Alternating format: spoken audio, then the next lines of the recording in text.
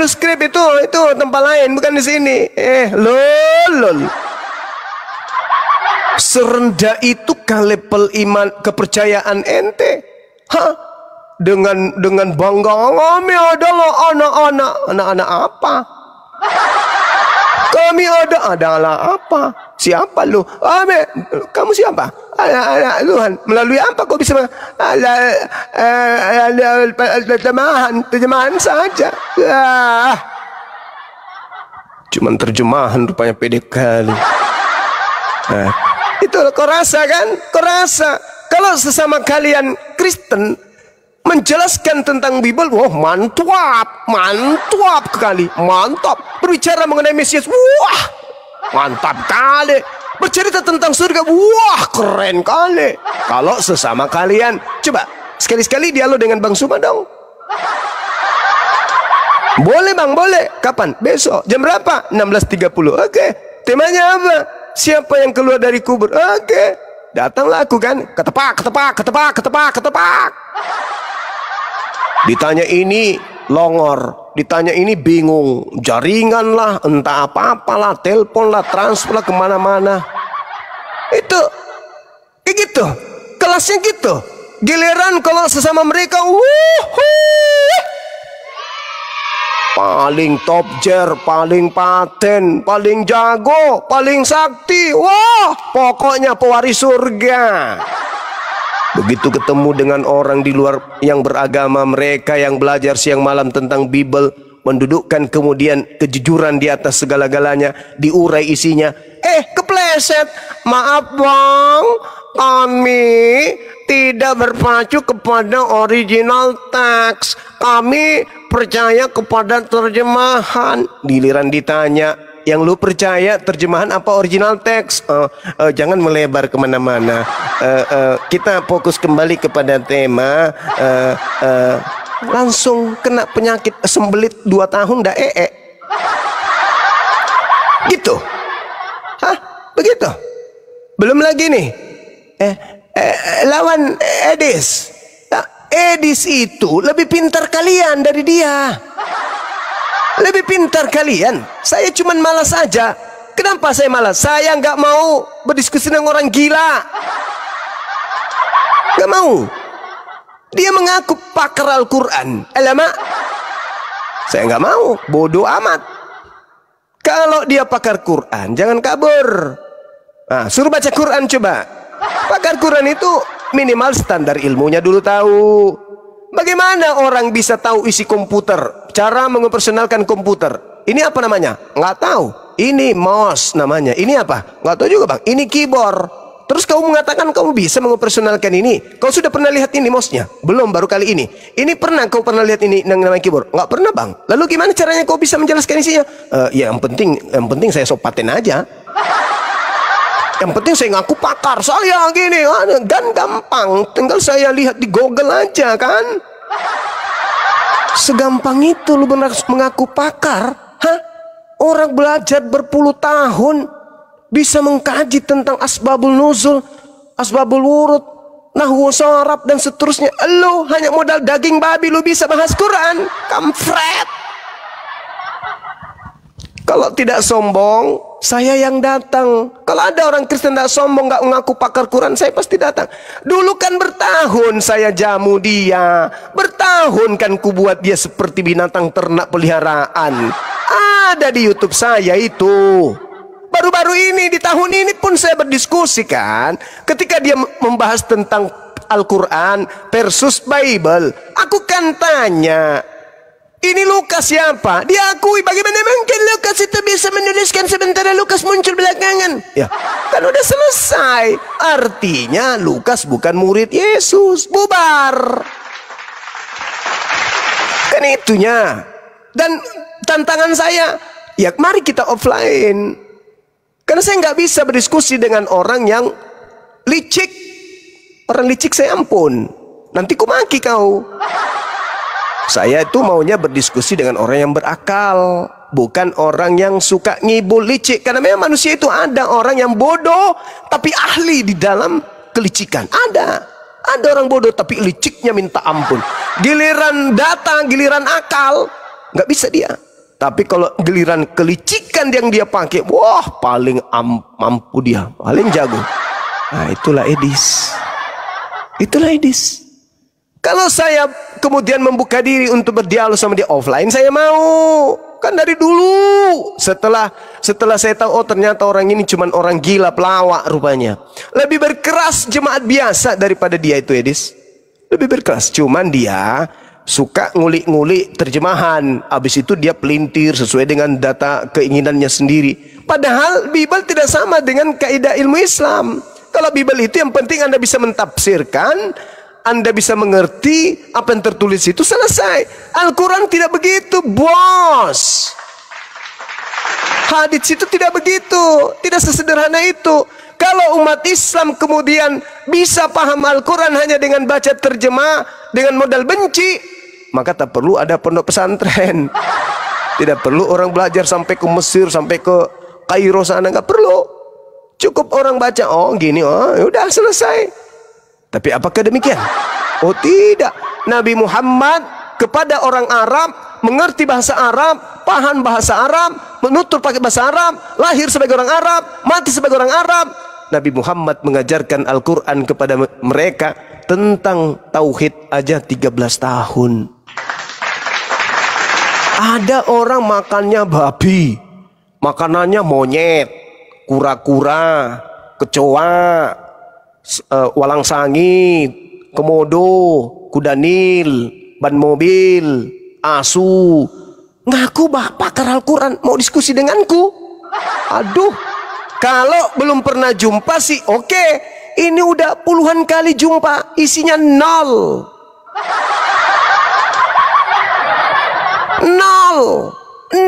Nol isinya, nol. Cuma dia hebat framing, dia cuma hebat memelintir. Kelebihannya cuma itu. Jadi dia bukan pendiskusi, dia tidak memberikan edukasi, dia adalah seorang penghujat. Itu seperti itu saudara-saudara sekalian ya. Silakan kalau masih ada saudara dari seberang yang mau belajar, waktu dan tempat silakan turun. Silakan David, kalau mau belajar silakan dibuka David. Ya kan saya juga sekarang tidak percaya kan Yesus itu disalib. Nah lalu siapa yang digantikan itu menurut Alkitab? Kalau di Islam kan katanya Yudas tuh Nabi Isa nggak disalib. Nah kalau di Alkitab itu apakah ada gitu orang yang serupakan juga? Oke. Siapa yang disalibkan? Nah tunggu dulu, salib itu apa? Salib adalah hukuman bagi pelaku dosa yang sepadan dengan hukuman mati. Sekarang di antara Yesus dan Yudas, siapa yang melakukan dosa yang sepadan dengan hukuman mati? Itu jawabannya. Sederhana bukan? Sederhana. Ulangan 21, 22, 23. Sebab orang yang mati terkutuk oleh Elohim, jangan kau biarkan mayatnya semalam-malaman. Kalau Yesus yang dikutuk oleh Elohim, apa dosa Yesus? Tak ada.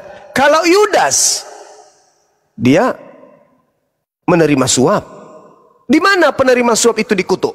Ulangan 27 nomor 25. Terkutuklah orang yang makan suap karena menyerahkan orang benar untuk dibunuh. Yudas memenuhi syarat itu enggak? Memenuhi. Terus kenapa lu cari nama yang lain? Matius 27 nomor 5 di Alkitab Sabda, di Google itu, di paralel, lihat catatan kakinya di bawah. Di situ diterangkan Yudas mati dengan cara sesuai dengan keadaan zaman itu, yaitu disalib atau disulah. Bubar. Matius 27 nomor 5 dalam catatan kaki Alkitab Sabda paralel jelas Yudas mati dengan cara disalibkan. Itu materi internal Islam enggak? itu berasal dari Kristen itu sendiri. Data itu sumbernya dari Kristen. Selesai bukan? Ya bubar.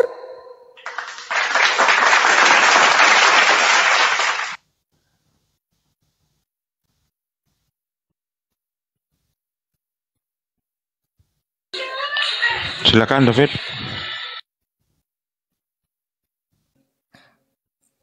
Maka ya pun ini ya melamparkan uang perak itu ke dalam bait suci lalu pergi dari situ dan menggantung diri. Nah, Ini Bang, coba catatan kakinya lihat di bawah.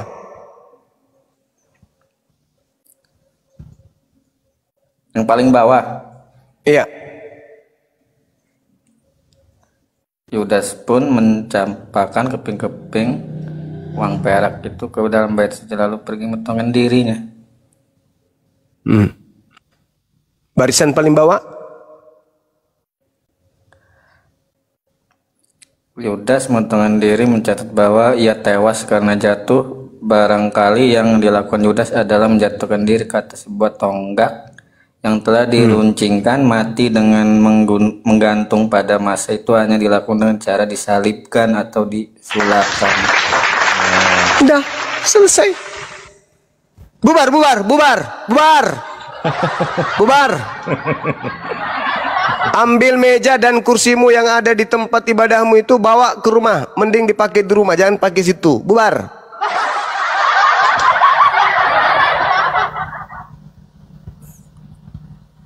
Catat dulu lah ayatnya. Nah, gitu dong. Mati saat itu hanya dengan cara dia apa? Salibkan atau disulakan. Gila ya. Udah bubar. Besok saya kirim tukang untuk merubah plafon, kasih lampu-lampu, kita bikin diskotik aja situ, kita bikin kafe, bisa nggak? Kita rubah jadi kafe, menghasilkan itu loh.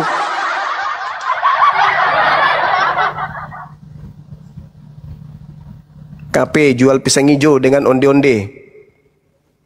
Daripada digunakan menjadi tempat, ya, tempat sesuatu yang tidak sesuai dengan apa yang diajarkan oleh para nabi, mending kita rubah menjadi tempat yang bisa menghasilkan duit, kafe. Kalau kafe banyak karyawan yang bisa kerja di situ. Kalau masih sekarang cuma satu yang kenyang, pemimpinnya aja di atas yang koar-koar. Tapi ada kantinnya juga Bang Cuma. Apa yang kau bilang? Kantinnya itu kan menguntungkan untuk sedikit orang yang punya kantin. Tapi kalau kita bikin kafe, kita bikin koperasi, yayasan lah ceritanya kan. Itu harus dibuat begitu memang karena menyembah batu. Apa itu artinya? Sakit hati. Iya, penyembah. Sakit hati dia. Kisah Para Rasul 4 nomor 11, Yesus adalah batu.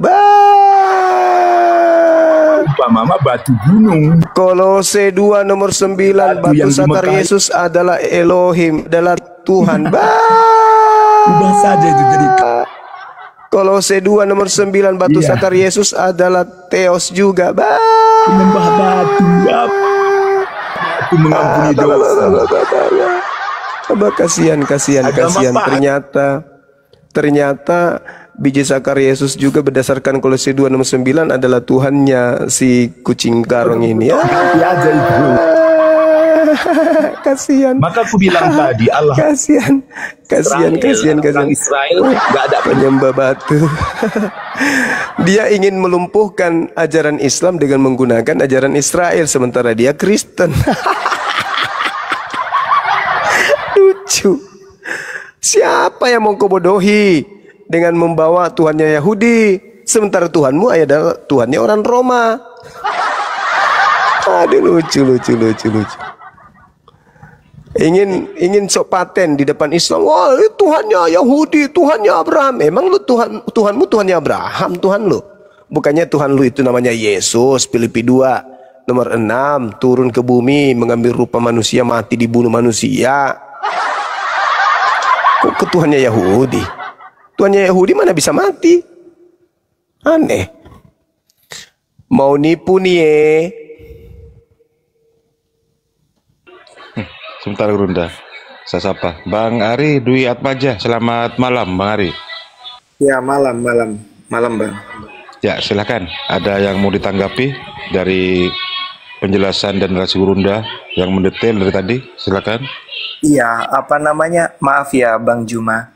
Tadi Iya, kan ini apa namanya bawa 1 Yohanes berapa ya? 5 ayat ayat yang ketujuh. ya, Nah, itu gini Bang Zuma tulisannya Bang Zuma ntar ya. ye, Soalnya Bang Juma bacanya nggak sampai selesai ayat 7. oke, Ini Bang Zuma. ya, Di tetep layar teman-teman ya. Iya Bang Zuma ya. Maaf ya Bang Zuma. iya, Sebab iya nggak apa-apa. sebab ada 3 yang memberi kesaksian di dalam surga. Bapa, Iya, Firman, dan Roh Kudus. Ya, dan Roh Kudus. Dan ketiganya adalah satu. Nah, ini Ya. juga baca Bang Zuma gitu. iya. Di situ satu apa, Bang? Satu Bang, satu hakikat. Anak ini kan jelas sekali ketika berbicara mengenai firman. Oke, firman ini kan masuk Yesus nggak di situ? Kenapa Bang? Termasuk Yesus nggak? Iya, iya Bang, iya. Anak Maria, Firman Bang, tapi sebagai firman. bukan sebagai anak Maria. Sebagai firman Bang. Terus anak Maria kemana? Anak Maria itu adalah kemanusiaan sang firman yang menjadi manusia gitu. Ya itulah yang kucari. Itulah yang kucari, Bang. Kemanusiaan itu mana dia? Kemana dia? Kemanusiaannya kalau sekarang sudah di surga Bang. Nah, di sini, Nih, dia di sini dia di dalam surga ada 3 yang bersaksi, tapi manusianya mana? jadi gini Bang.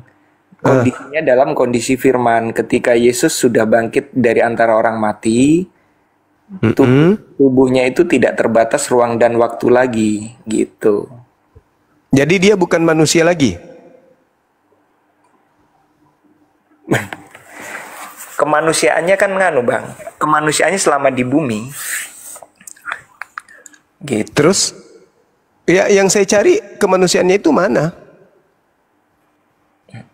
Maksudnya, mohon maaf Bang Zuma, saya kurang ngerti. Soalnya tadi Bang Zuma kan bawa 1 Yohanes pasal 5 ayat 7. Jadi Iya. di situ kan saya, Bang Zuma ini kok bacanya nggak apa namanya? Oh iya memang, saya tahu itu. Iya. Dan ketiganya adalah satu. Ya, itu Bang ya. Nah, satunya ini yang jadi permasalahan. Satu apa dia? Apakah satu misi, satu ajaran, atau satu hakikat? Kalau satu hakikat, muncul pertanyaan, dagingnya mana? Kemanusiaannya mana?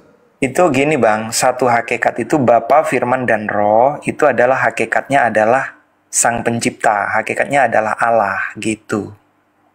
Iya. Oke, yang saya tanya ini, manusia Yesus mana manusia Yesus?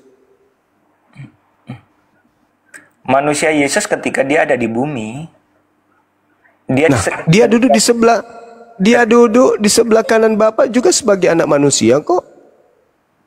iya, tetapi tubuhnya sudah tidak terbatas ruang dan waktu. Tubuh Nah, kemuliaan. tubuh manusianya mana? Maksudnya Bang? Lah dia kan jadi manusia. Iya, jadi firman itu datang menjadi manusia. Gitu. Nah, setelah terangkat tubuh manusianya mana? Lo kan terangkat ke surga kan disaksikan 500 pasang mata lebih, Bang. Ya itulah manusianya yang terangkat ini mana? Hilang. Dia sebagai firman, Bang. Ya hilang, unsur manusianya hilang. Kemanusiaannya kan sudah menebus dosa. Menebus dosa manusia di atas kayu salib, Bang, gitu. Jadi hilang, ke sisi kemanusiaannya hilang. Tubuhnya sudah tubuh kemuliaan. Ini enggak, aku bingung. Bang Suma membicarakan yang mana nih? Soalnya aku bingung, Bang. Saya cuma nanggapin ini tadi sih, karena Bang Suma kan bacanya nggak lengkap. Dan soalnya kan di sini Bang Suma kan ada 3 yang memberi kesaksian di surga, Bapa, Firman, dan Roh Kudus. Ya. Nah, Dan cuman ketiganya satu. nah itu yang Bang Suma nggak baca. Saya cuman menyampaikan itu aja dari data yang ada di Alkitab gitu aja sih, Bang. Iya. Kalau Dan untuk ketiganya, kalau untuk dikejar ke sana otomatis kan larinya ini kemana kan gitu. Gitu loh. iya.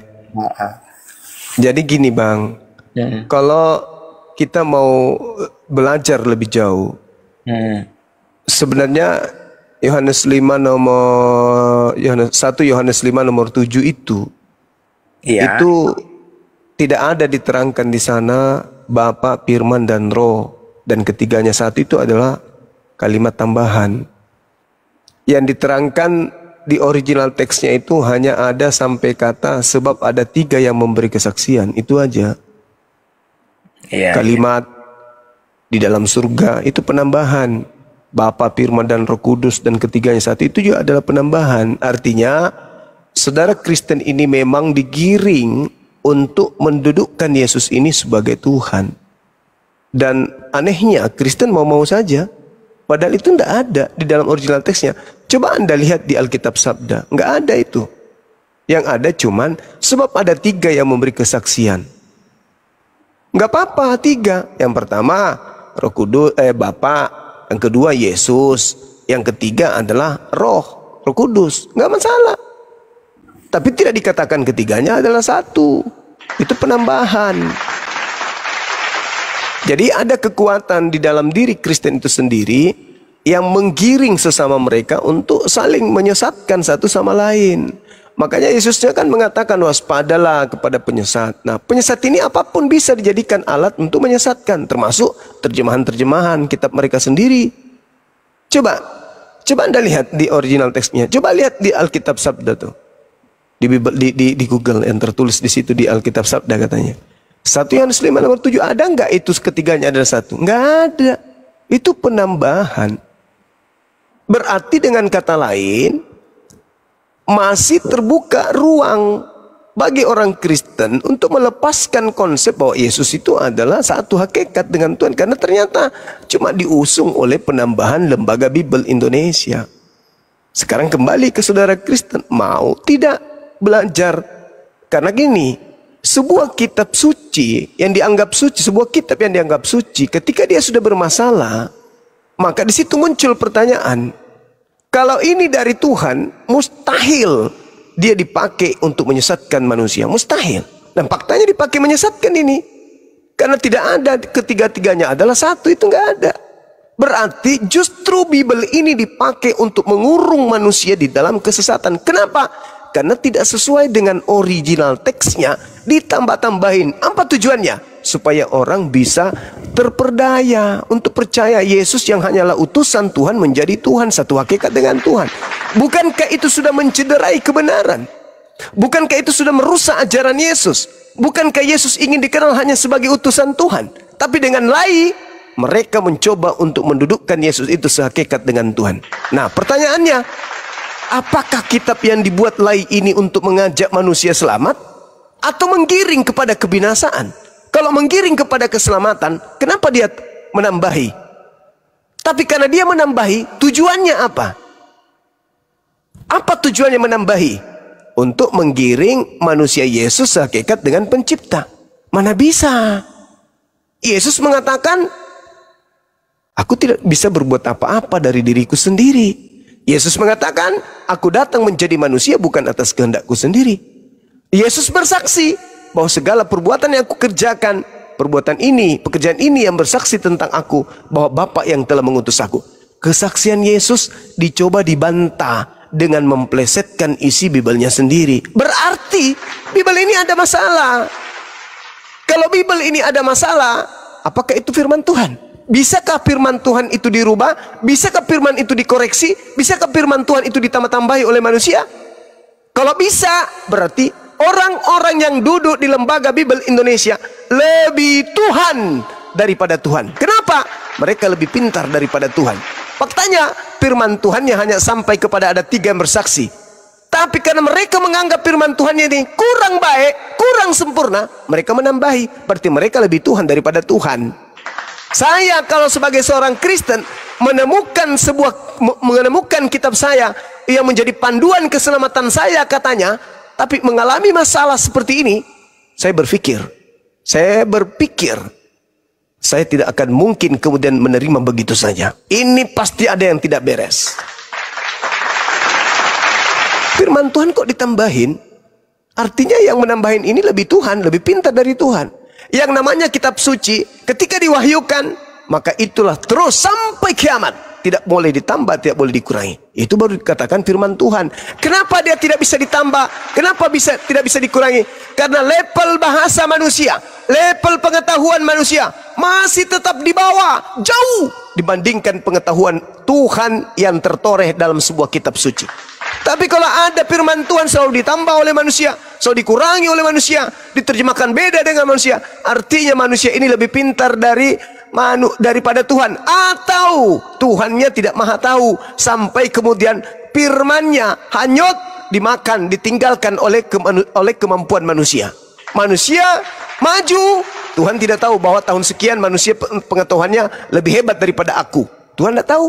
Itu tidak layak dituhankan.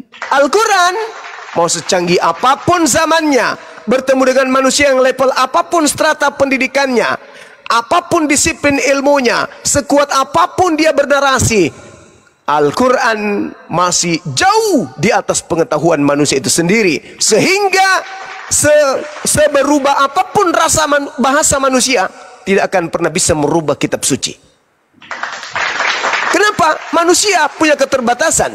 Bahasa manusia bisa berubah keadaan. Bahasa manusia mungkin mengalami distorsi, mengalami dinamis, perkembangan rasa, perkembangan kata, pergeseran makna. Boleh. Tetapi itu hanya bersifat bahasa manusia. Bahasa Tuhannya tidak boleh dirubah. Kenapa bahasa Tuhan? Kok bahasa Tuhan bisa ditambah? Berarti ente lebih pintar dari Tuhan. Tuhan ente berarti tidak maha tahu. Kalau Tuhan kami umat Islam, ini sampai kiamat, miliaran tahun ke depan, bahasa manusia bertambah, bergeser maknanya, rasa bahasanya kemudian memiliki makna yang berubah. Maka aku mewahyukan sebuah kalimatku yang tidak akan pernah bisa berubah meskipun pengetahuan manusia berubah. Karena bahasaku adalah bahasa Tuhan. Bahasa mereka hanyalah bahasa ciptaan. Dengan kata lain, firman Tuhan tidak akan mungkin dikoreksi. Firman Tuhan tidak mungkin direvisi. Kalau ada yang mengatakan punya kitab firman Tuhan, tapi selalu dikoreksi, selalu direvisi, yakin dan percaya, itu bukan firman Tuhan. Atau betul-betul dia firman Tuhan, tapi Tuhan yang dimaksud di situ adalah pengarangnya. Mereka menyembah pengarang kitabnya mereka sendiri. Al-Quran, na'udzubillah, alhamdulillah, tidak disifati dengan sifat seperti yang dialami oleh Bible. Sekali lagi, 1 Yohanes 5 nomor 7, sebab ada 3 yang memberi kesaksian. Titik.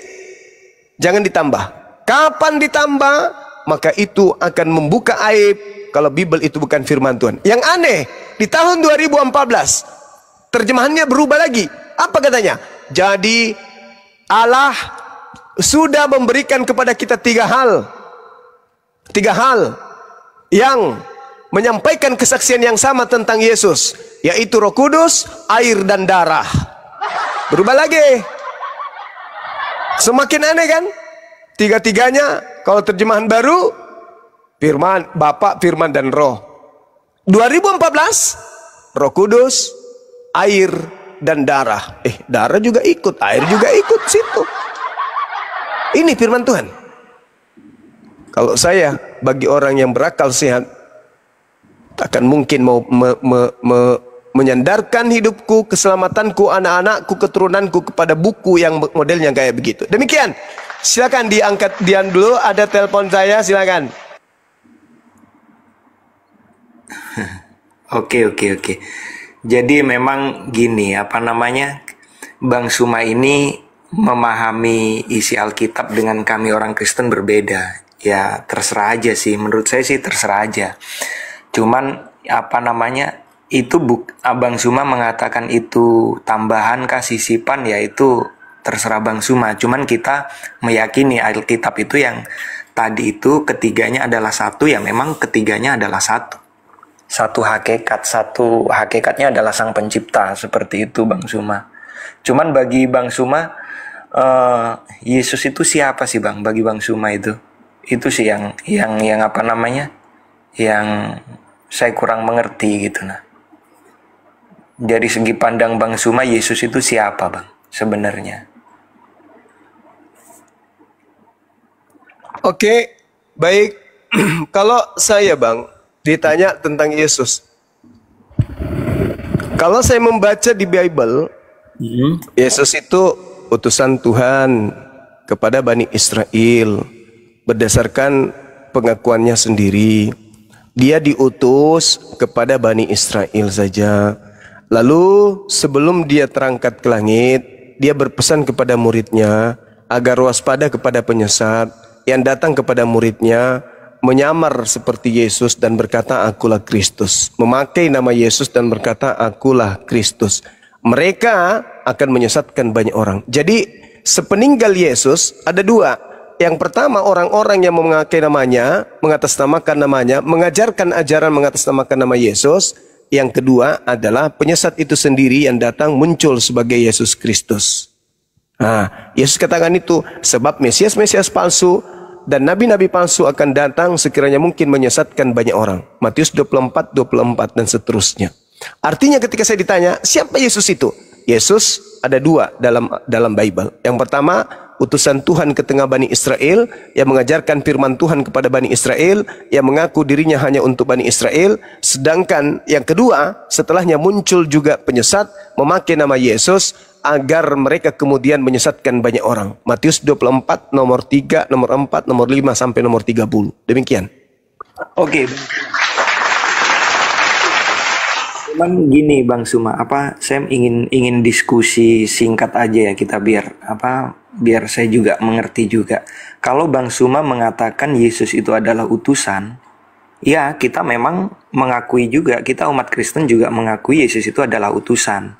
Cuman kita juga mengakui bahwasanya Yesus itu adalah firman Allah yang menjadi manusia, dan firman itu adalah Allah itu sendiri. Itu terdapat dalam 1 Yohanes 1 ayat 1.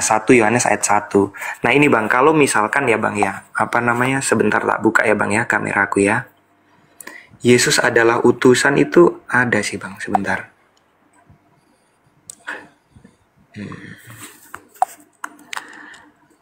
Ini Bang ya, di Yohanes pasal 17 ayat yang ketiga, ini menyatakan Yesus adalah utusan. Kita juga mengimani Yesus adalah utusan. Ini Bang ya, inilah hidup yang kekal itu, yaitu bahwa mereka mengenal Engkau satu-satunya Allah yang benar, ya, dan mengenal Yesus Kristus yang telah Engkau utus. Tapi di ayat selanjutnya Bang, akan saya baca, aku telah mempermuliakan Engkau di bumi dengan jalan menyelesaikan pekerjaan yang Engkau berikan kepadaku untuk melakukannya. Oleh sebab itu, ya Bapa, permuliakanlah aku padamu sendiri dengan kemuliaan yang kumiliki di hadiratmu sebelum dunia ada. Jadi di sini Bang menerangkan bahwasanya Yesus itu memiliki kemuliaan sebelum dunia ada. Nah, jadi Yesus itu juga sudah ada sebagai Sang Firman. Yesus itu sudah ada sejak kekekalan Bang. Itu pemahaman kita orang Kristen. Jadi Bapa, Firman, dan Roh Kudus itu sudah ada sejak kekekalan. Bapa itu memiliki kedaulatannya sendiri, Anak memiliki kedaulatan sendiri sebagai Sang Firman, Roh Kudus memiliki kedaulatannya sendiri, tetapi bukan 3 kedaulatan, melainkan 1 kedaulatan. Bapa adalah Allah, Roh Kudus adalah Allah, Firman adalah Allah, tapi bukan 3 Allah, melainkan 1 Allah. Seperti itu Bang, pemahaman kita di kekristenan. Tapi Bang Zuma, sekali lagi, kalau misalkan pemahaman Bang Suma berbeda dengan pemahaman orang Kristen sih nggak masalah, kita memahami aja sih Bang, seperti itu Bang. Makasih. Iya, baik. Jadi di dalam pengajaran Kristen itu sendiri ada yang disebut antikristus. Antikristus itu apa? Antikristus itu adalah mereka yang menolak Bapa dan juga menolak Anak. Saya mengatakan begini dalam forum diskusi. Kristen itu adalah kelompok manusia yang menolak Bapa. Kenapa saya katakan Kristen ini adalah kumpulan manusia yang menolak Bapa? Karena Bapa itu adalah hakikat yang tidak serupa dengan makhluk. Bapa itu bukan manusia dan bukan anak manusia. Bapa tidak pernah dibentuk menjadi manusia. Itu yang pertama. Tapi kemudian Bapa yang bukan manusia ini ingin dikenal manusia dengan menorehkan keadaan di mana Dia yang bukan makhluk mengutus manusia untuk menjelaskan kepada manusia tentang keadaan dirinya, keberadaan dirinya. Dia yang bukan manusia ingin dikenali dengan mengutus nabi-nabi. Dia yang bukan manusia ingin diibadahi dengan mengutus kitab suci. Dan itu dibatalkan seluruhnya oleh Kristen. Tuhan nusul ke bumi berteofani menjadi manusia itu sendiri. Itu mutlak, Anda iakan. Filipi 2 nomor 6, nomor 7, 8. Yohanes 1 nomor 16. Dalam dasar Yohanes 1 nomor 1. Anda harus akui itu. Sekarang ketika Anda mencoba untuk menarasikan hal yang sama antara Tuhan yang bukan manusia dengan Yesus yang adalah Tuhan itu sendiri, yang Anda katakan sehakikat, Anda sudah menolak Bapa. Yesaya 43 nomor 10. Engkaulah saksi-saksiku, tidak ada Tuhan yang dibentuk sebelum aku dan tidak ada yang dibentuk setelahku. Yesus Tuhan yang dibentuk menjadi daging. No, tertolak. Artinya dalam hal ini Anda memenuhi syarat menjadi antikristus. Anda menolak Bapa. Dia satu-satunya yang tak tersentuh dengan kemiripan, kesamaan dengan manusia, dengan makhluk. Laisa kamitslihi syai'. 2 Samuel 7:22. Tidak ada yang serupa dengan Tuhan pencipta langit dan bumi. Mereka mengenalnya Bapa dan Anda anti terhadap itu. Yang kedua, antikristus itu anti terhadap Anak, anti terhadap Kristus. Kristus itu adalah, catat, manusia yang diurapi Tuhan. Antikristus itu adalah dia yang pergi ke seluruh dunia yang tidak mengaku Yesus datang sebagai manusia. Orang Kristen ditanya, Anda percaya Yesus datang sebagai manusia? Percaya. Oke, tepuk tangan untuk itu. Intip di gereja, benar enggak ucapan mereka kalau mereka itu percaya Yesus itu datang sebagai manusia? Begitu kita intip di gereja, ternyata dia nyembah kepada Yesus yang manusia ini. Berarti mulut mengaku manusia, praktek mengaku Yesus Tuhan. Sementara Tuhan itu Bapa satu-satunya. Yesus gak boleh masuk ke situ. Berarti dia menolak Bapa, menolak Anak. Anak ini hanya ingin dikenal sebagai manusia utusan Tuhan.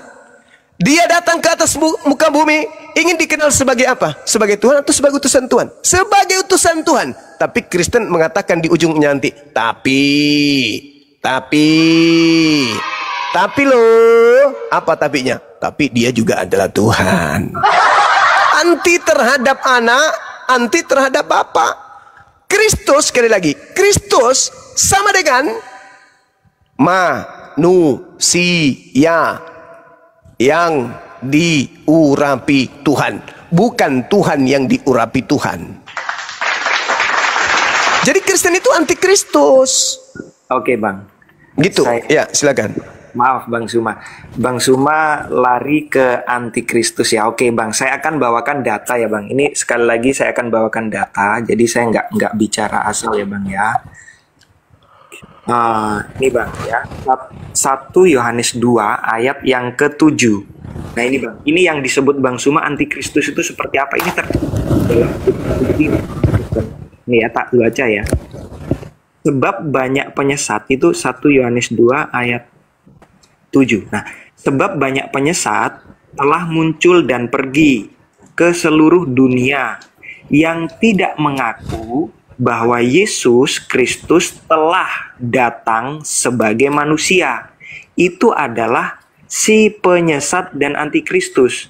Nah, kalau kita, Bang, orang Kristen itu, kita percaya Yesus itu datang sebagai manusia. Makanya Yesus itu memiliki duinatur. Dia itu Allah sepenuhnya sebagai Sang Firman, dan dia juga manusia sepenuhnya. Makanya yang mati di kayu salib itu, ya kan, adalah pribadi Firman yang menjadi manusia, yang kodratnya sebagai manusia. Dan yang mati itu adalah kodratnya sebagai manusia, kemanusiaannya, gitu, Bang. Ini datanya ada, Bang. Jadi kita orang Kristen, Bang, kita percaya Yesus itu datang sebagai manusia. Nah, di sini tertulis bahwa antikristus itu adalah dia yang tidak percaya bahwasanya Yesus itu datang sebagai manusia. Begitu, Bang Suma. Jadi mohon maaf, Bang, kalau kita ada ayatnya dan kita bukan antikristus, gitu, Bang Suma. Makasih, Bang. Oke, baik. Ketika Anda percaya Yesus datang sebagai manusia, Yesus itu manusia sepenuhnya atau Anda percaya dia masih punya sisi ketuhanan? Dia itu adalah firman Allah yang menjadi manusia. Apakah dia memiliki sisi selain manusia? Iya, dia juga Allah. Berarti Anda tidak percaya. Berarti Anda tidak percaya. Anda tidak percaya kalau dia itu datang sebagai manusia. Kenapa? Karena Anda masih percaya kalau dia itu juga datang sebagai Tuhan. Itulah antikristus. Jadi lain di mulut, lain di ucapan. Nih, Anda coba lihat di dalam 1 Yohanes 2, 18-19. Anak-anakku, waktu ini adalah waktu terakhir. Dan seperti yang telah kamu dengar, seorang antikristus akan datang. Sekarang telah bangkit antikristus. Pertanyaan saya, sekarang yang dimaksud di situ kapan?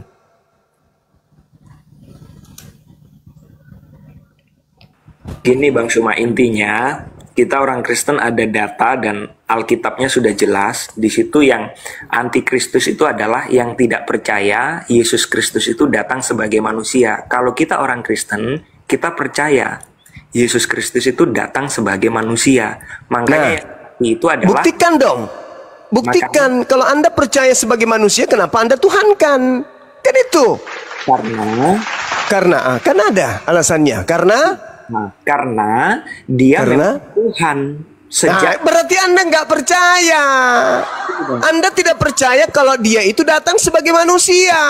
Karena Anda masih menuhankan dia. Sama seperti ketika Anda ditanya, apakah Anda percaya ini adalah baju? Percaya. Tapi ketika ada orang mengatakan, tapi dia juga adalah sepatu loh. Tapi Anda juga mengatakan, iya sih, dia juga sepatu. Berarti Anda ragu, Anda tidak percaya. Anda jatuh kepada hal di mana Anda mencoba untuk mengatakan dia manusia supaya tidak dianggap antikristus. Tapi pada dasarnya Anda mempraktekkan dia itu adalah Tuhan. Anda percaya dia datang sebagai manusia? Percaya. Selesai. Kalau percaya, ya percaya. Yang namanya percaya itu, Bang, yakin. Beriman kepada keadaan itu. Sekarang Anda menuhankan dia, berarti Anda tidak percaya. Apa yang Anda ucapkan itu tidak sesuai dengan fakta berarti. Oke, Bang, jadi gini, Bang Suma. Memang pemahaman kita, ya kan, Bang Suma sebagai iman di luar kekristenan itu memahami Alkitab dengan cara berbeda. Itu sih nggak apa-apa, Bang. Oke, baik. Saya hargai itu. Sekarang yang saya tanya tadi, anak-anakku, waktu ini adalah waktu terakhir. Seperti yang telah kamu dengar, seorang antikristus akan datang. Sekarang, dalam bahasa Yunani sekarang itu penekanannya nun. Sekarang telah bangkit banyak antikristus. Itulah tandanya bahwa waktu ini benar-benar adalah waktu yang terakhir. Memang mereka berasal dari antara kita. Saat itu kapan dan kita itu berasal dari tengah-tengah kita itu maksudnya apa? Coba. Sekarang itu kapan? Dan antikristus itu betul berasal di tengah-tengah kita, itu siapa maksudnya? Yang mana? Nah, itu lari lagi ke situ. Oke lah, itu sejak saat itu dan memang sudah ada penyesatan, Bang. gitu. Jadi sejak saat itu berarti antikristusnya ada pada saat itu kan? Siapa itu mereka? ada tertulis sejak tampilnya Yohanes Pembaptis, kerajaan Allah sudah diserongkan. Dalam artian kebenaran itu sudah diserongkan. Oke, Gitu. oleh siapa? Oleh siapa? Ya oleh penyesat-penyesat lah pastinya. Oke, sekarang Yesus ketika datang, Bani Israel terpecah menjadi 2 golongan, betul? Betul kan? Ya, Paulus masuk ke dalam golongan mana? Murid-murid Yesus atau orang yang anti terhadap Yesus? Paulusnya ini yang kutanya. Pada saat itu, abang pertanyaannya kurang detail. Jadi kalau abang tanya Paulus, itu pertanyaan abang sudah, mohon maaf Bang Izumaya, itu sudah salah. Karena Paulus itu... Saya bertanya, saya menyatakan gini, Yesus datang, Bani Israel terpecah menjadi 2. Yang pertama menjadi pengikutnya, yang kedua menjadi pembantahnya. Paulus sebagaimana? Golongan mana Paulus? Oke, mohon maaf Bang. Saya bilang pertanyaan abang salah karena abang pakai nama Paulus. Karena nama Paulus itu sebelumnya adalah Saulus Bang. Nah sebelum dia bertobat, sebelum dia mengalami penglihatan itu ketika perjalanan ke Damsik, dia namanya Saulus Bang. Dan dia itu yang menyesah orang-orang kudus, pengikut-pengikut Kristus saat itu. Dia menyesah, dia menyiksa, seperti itu Bang. Ya, saya ulang lagi pertanyaan saya biar lebih dipahami. Galatia 1:15, waktu Ia yang telah memilih aku sejak kandungan ibuku dan memanggil aku oleh kasih karunia-Nya. Paulus mengaku dipilih dari sejak kandungan ibunya. Galatia 1:15. Pertanyaan saya, ketika Yesus datang di tengah-tengah Bani Israel termasuk Paulus atau Saulus itu terpecah 2. Bani Israel terpecah 2.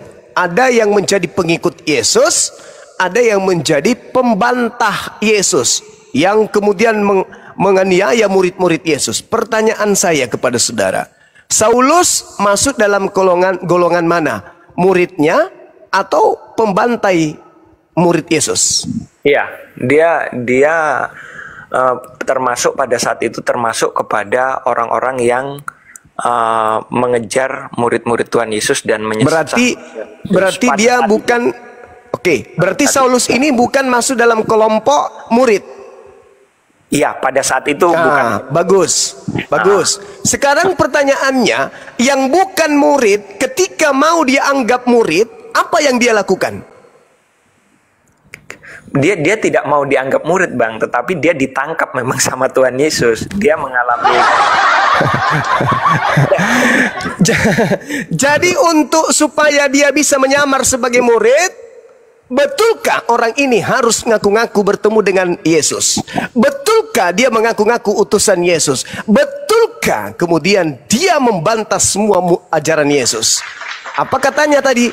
1 Yohanes yang saya bacakan kepada saudara, Yohanes 2:18, memang antikristus itu berasal dari tengah-tengah kita, tetapi mereka tidak sungguh-sungguh termasuk kita. Sebab jika mereka sungguh-sungguh termasuk pada kita, niscaya mereka tetap bersama dengan kita. Tetapi hal itu terjadi sudah menjadi nyata bahwa tidak semua mereka sungguh-sungguh termasuk pada kita. Pertanyaan selanjutnya adalah, pertanyaan yang harus kemudian saudara jawab adalah, apakah Paulus mengajarkan Yesus itu adalah manusia, datang sebagai manusia, atau memang dia mencanangkan ajaran Yesus itu adalah Tuhan yang nusul menjadi manusia, atau dia adalah Tuhan yang cuman sementara aja menjadi manusia?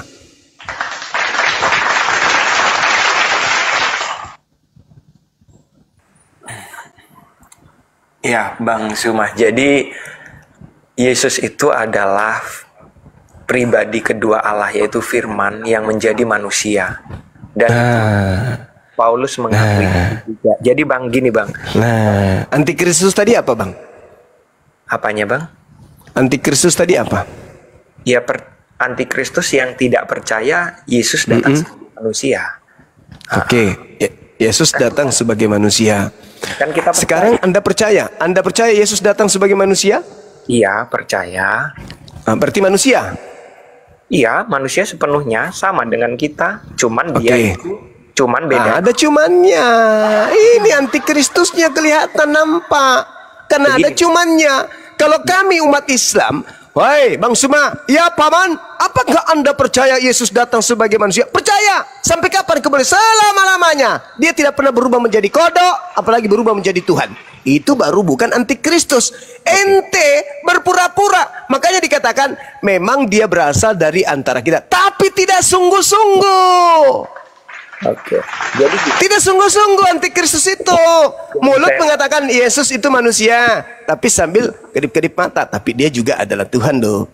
Tidak sungguh-sungguh. Kata penulis Yohanes, memang mereka berasal dari tengah-tengah kita, tetapi mereka tidak sungguh-sungguh. Berarti hanya menampakkan sisi, oh iya memang dia manusia loh, tapi mereka membentuk kelompok baru, melantik Yesus itu sebagai Tuhan. Itulah kalian antikristus.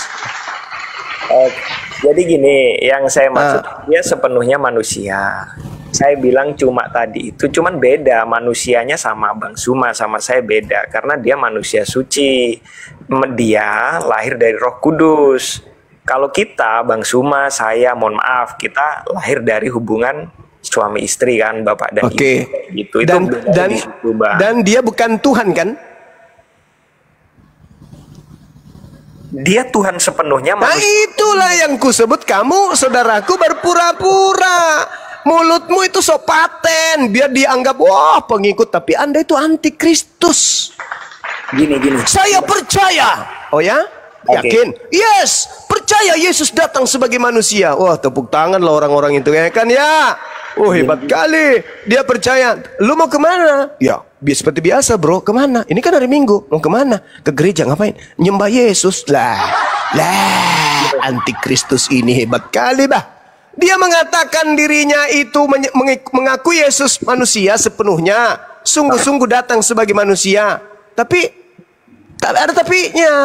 Terus Apa tapinya? salahnya di mana? Berarti Anda pendusta, berarti Anda pendusta, Anda pembohong. Anda mengatakan Yesus itu datang sebagai manusia, tapi Anda tuhankan. Berarti kenapa Anda menuhankan Yesus? Karena Kenapa Anda menuhankan Yesus? Karena dia Tuhan yang menjadi manusia, bukan itulah bukti bahwasanya Anda berpura-pura. Sekarang begini. Sekarang begini, Bang. Sekarang begini, Bang. Sekarang begini. Coba. Saya uji. Sebentar. Saya uji kesalahan Anda. Saya uraikan kesalahan Anda dengan pertanyaan sederhana. Kesalahannya di mana? Kalau kita Oke, baik. Dengarkan saya. Silakan. Apakah yang Anda sembah bernama Yesus itu manusia yang menjadi Tuhan? Yang saya sembah adalah manusia Yesus Kristus, dia adalah Tuhan yang menjadi manusia. Nah, sekarang yang Anda menjadi manusia nih, dia datang sebagai manusia. Pertanyaan saya, apakah yang Anda sembah itu adalah manusia yang menjadi Tuhan?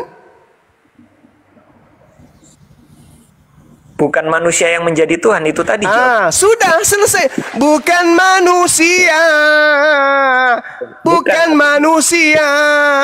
Berarti Anda tidak kemudian meyakini sepenuh hati kalau Yesus itu datang sebagai manusia.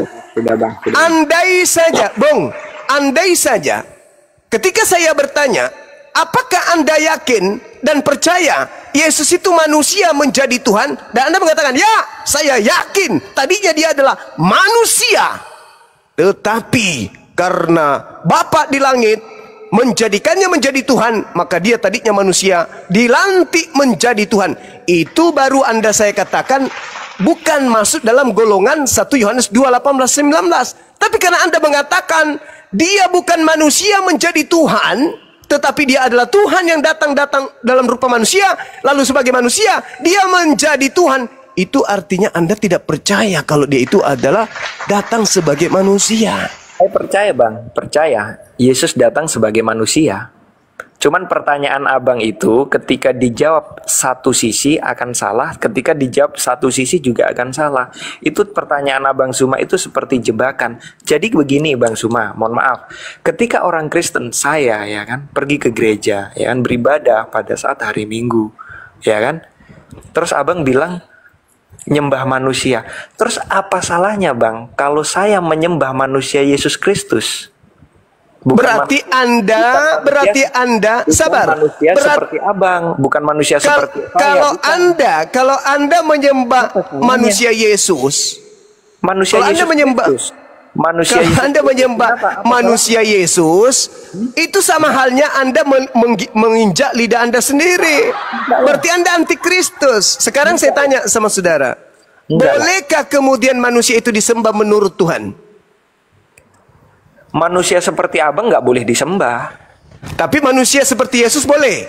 Bukan seperti Yesus, tetapi manusia Yesus Kristus nggak apa-apa.